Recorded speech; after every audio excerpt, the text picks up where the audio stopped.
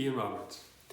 Over 20 years ago, I had a VW camper, and I spent almost 6 months in the Four Corners area, Arizona, Utah, Colorado, New Mexico, painting every day, morning and afternoon, driving around looking for beautiful scenery and making paintings.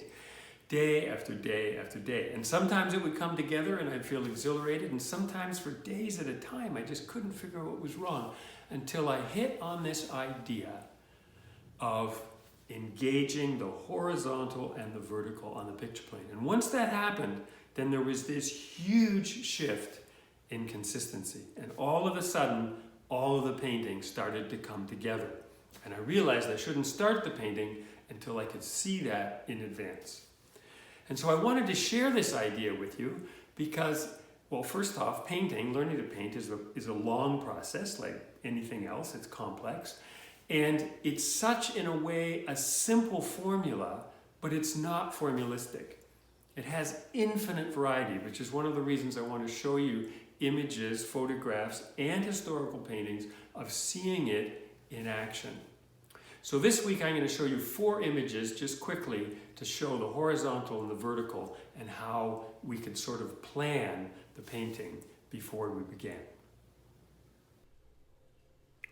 So this is the kind of thing that stops me, say, when I'm driving around for something to look at, take a photograph of, that might work as a painting.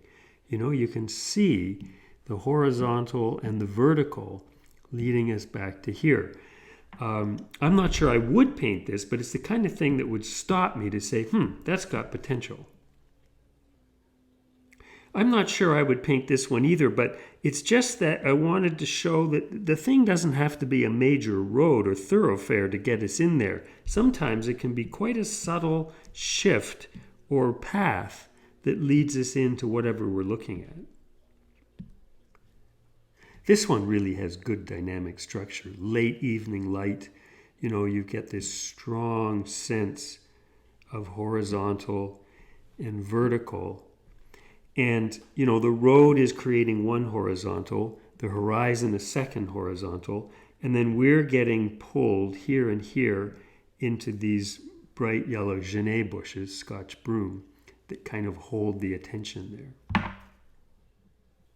And here we get another one with the vertical, where we obviously have good strong verticals here, the horizontals here, just pulling us into here. And you can see that if you were painting this, all this stuff out here, you wouldn't have to worry about the details because most of the information is going to be happening in here, then into here. So it allows you to release your attention on all these little bits and pieces out here. This is Anders Zorn. It's such a beautiful painting. I think it's the midsummer, June 23rd. It's late. This would be in Sweden at, 11 at night and the sun's still shining or something. But look at the vertical that we see here. The horizontal running through all these heads into this couple right here. And you just see that he has created very strong horizontals and verticals. You do come like this to this set of figures here that bring us back and around. But I'm just showing it in the sense that trying to find horizontals and verticals doesn't become a formula. You'll see that there's an infinite number of ways of engaging the picture plane.